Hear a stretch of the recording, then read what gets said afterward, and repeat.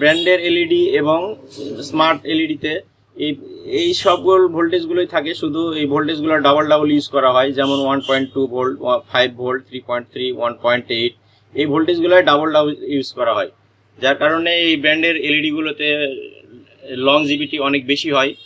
তো আসসালামু আলাইকুম রহমতুল্লাহ। হ্যালো ফ্রেন্ডস, শুভ ইলেকট্রনিক্স মিডিয়া বাংলা চ্যানেলের পক্ষ থেকে আপনাদেরকে স্বাগতম। ফ্রেন্ডস, আপনারা যারা সিআরটি টিভির কাজ করেন, এলইডি টিভির কাজ করতে চান এবং কিছু কাজ করতেছেন, কাজ করতে যে বিভিন্ন রকমের দ্বিধাদ্বন্দ্বতায় পড়েন এবং কাজগুলো করতে পারছেন না, তো আজকে আমি আপনাদেরকে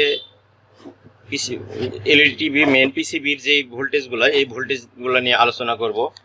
তো এই ভোল্টেজগুলো যদি আপনারা মনোযোগ সহকারে দেখেন, তো আশা করি পিসিবি বোর্ডের যে ভোল্টেজ এবং সিগন্যাল ভোল্টেজগুলো আছে, এই ভোল্টেজ নিয়ে আর কখনো বিড়ম্বনায় পড়বেন না। তো ফ্রেন্ডস, আমরা পিসিবিতে কি ভোল্টেজ থাকে এবং কোন আইসি থেকে কিভাবে ভোল্টেজগুলো রেগুলেট হয়, এইটি নিয়ে আজকে আমি আলোচনা করব। তো ফ্রেন্ডস, চলুন আজকে দেখে নিই আমাদের এই ভিডিওটির মাধ্যমে আপনারা অনেক কিছু জানতে পারবেন। তো ভিডিওটি স্কিপ না করে দেখুন। তো ফ্রেন্ডস, আমি আজকে মেন পিসিবি বোর্ডে এলইডি টিভির মেন পিসিবি বোর্ডের সকল ভোল্টেজ নিয়ে আলোচনা করব, যে মেন যে ভোল্টেজগুলো।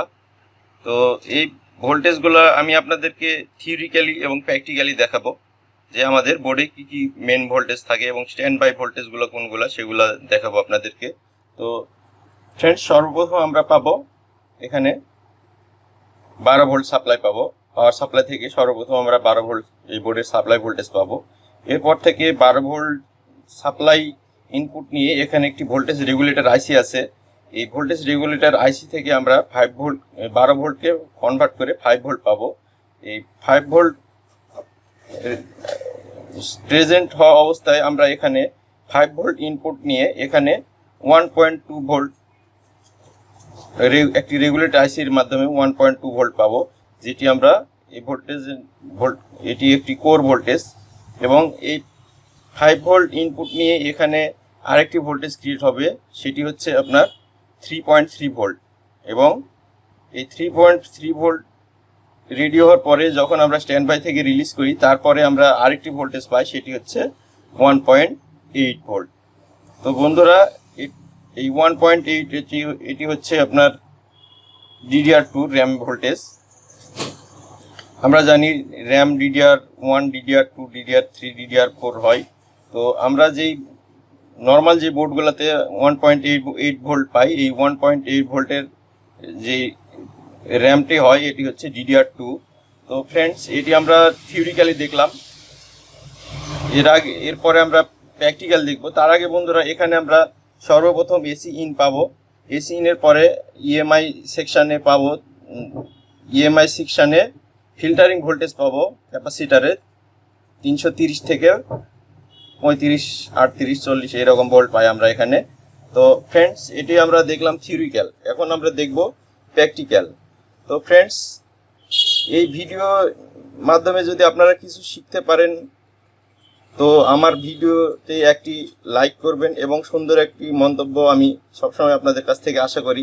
যদি ভিডিওটি ভালো লাগে, সুন্দর একটি মন্তব্য করবেন এবং আমার চ্যানেলটি সাবস্ক্রাইব করবেন। তো বন্ধুরা, এই যে ভোল্টেজগুলো দেখলাম, এই ভোল্টেজগুলো আমরা এখন মেন পিসিবি বোর্ডে দেখব প্র্যাকটিক্যালি। তো চলুন আমরা মেন পিসিবিতে চলে যাই। তো ফ্রেন্ডস, মেন পিসিবিতে যাওয়ার আগে আরেকটি কথা বলিনি, তাছাড়া আপনারা আবার ব্যাড কমেন্ট করে বসবেন। কারণ এই যে ভোল্টেজগুলো এখানে দেখিয়েছি, এই ভোল্টেজগুলো ব্র্যান্ডের এলইডিতে এবং স্মার্ট বোর্ডে আমরা যে ভোল্টেজগুলো পাই, সেগুলো হচ্ছে আপনার সেম এই ভোল্টেজগুলোই পাই, কিন্তু ব্র্যান্ডের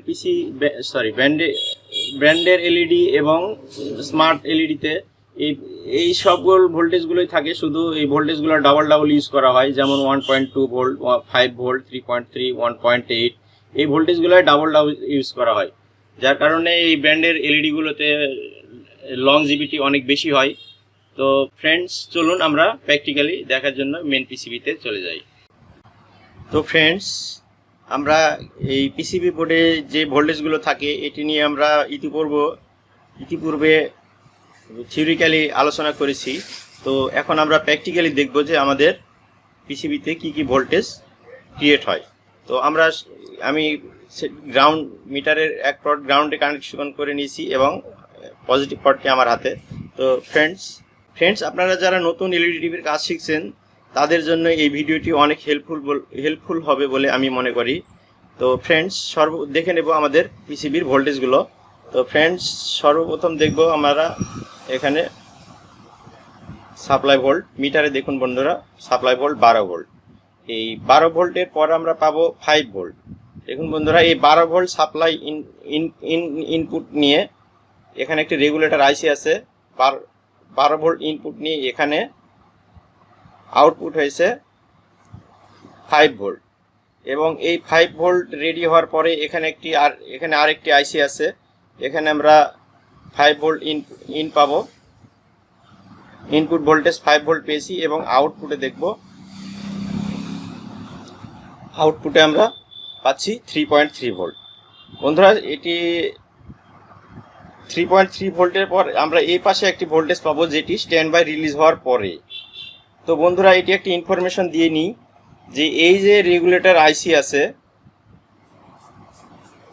এই আইসিতে দুটো ভোল্টেজ ক্রিয়েট হয়। একটি হচ্ছে 5 ভোল্ট এবং একটি হচ্ছে 3.3 ভোল্ট, আরেকটি 1.8 ভোল্ট, যেটি র্যাম ভোল্টেজ।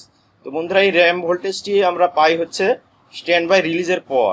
কিন্তু কিছু কিছু ক্ষেত্রে দেখা যায় যে এখানে আমরা যখন পিসিবি বোর্ডে এসি কানেকশন দিই তখন আমরা এখানে ডাইরেক্টলি 1.8 ভোল্ট পাই। দেখুন বন্ধুরা, এখানে আমাদের কোনো রকমের ভোল্টেজ এখন নাই। তো আমরা যদি এই ইন্ডিকেটরটি দেখাই, দেখুন ইন্ডিকেটরটি আমাদের জ্বলে আছে এবং আমি পাওয়ার বাটন প্রেস করব। দেখুন, পাওয়ার বাটন প্রেস করার পর স্ট্যান্ড বাই রিলিজ হবে। স্ট্যান্ড বাই রিলিজ হয়েছে এবং এখন আমরা এখানে ভোল্টেজটি দেখে নেব যে আমাদের 1.8 ভোল্ট প্রেজেন্ট হয়েছে কিনা। দেখুন বন্ধুরা, আমাদের স্ট্যান্ড বাই রিলিজ হওয়ার পরে 1.8 ভোল্টেজ আমাদের প্রেজেন্ট। এরপরে বন্ধুরা, 5 ভোল্ট ইনপুট নিয়ে এখানে আরেকটি ভোল্টেজ ক্রিয়েট হয় যেটি হচ্ছে 4 ভোল্ট। এই ভোল্টেজটি হচ্ছে 1.2 ভোল্ট। তো বন্ধুরা, দেখে নিই আমরা 1.2 ভোল্টটি। তো বন্ধুরা দেখুন, 1.1 সামথিং দেখাচ্ছে, অর্থাৎ 1.2 ভোল্ট, এটি ওকে আছে। তো ফ্রেন্ডস, এই বোর্ডের সকল ভোল্টেজের ইনফরমেশন আপনাদেরকে দেখানোর চেষ্টা করলাম। তো ভিডিওটি যদি ভালো লাগে লাইক, কমেন্ট, শেয়ার করবেন এবং আমার চ্যানেলটি সাবস্ক্রাইব করে আমার পাশেই থাকবেন। আমার ভিতরে যতটুকু জ্ঞান আছে ততটুকুই আমি আপনাদের মাধ্যমে শেয়ার করব। তাই সকল ভিডিওর আপডেট পেতে আমার চ্যানেলটি অবশ্যই সাবস্ক্রাইব করে রাখবেন। ধন্যবাদ সকলকে, ভালো থাকবেন। আসসালামু আলাইকুম।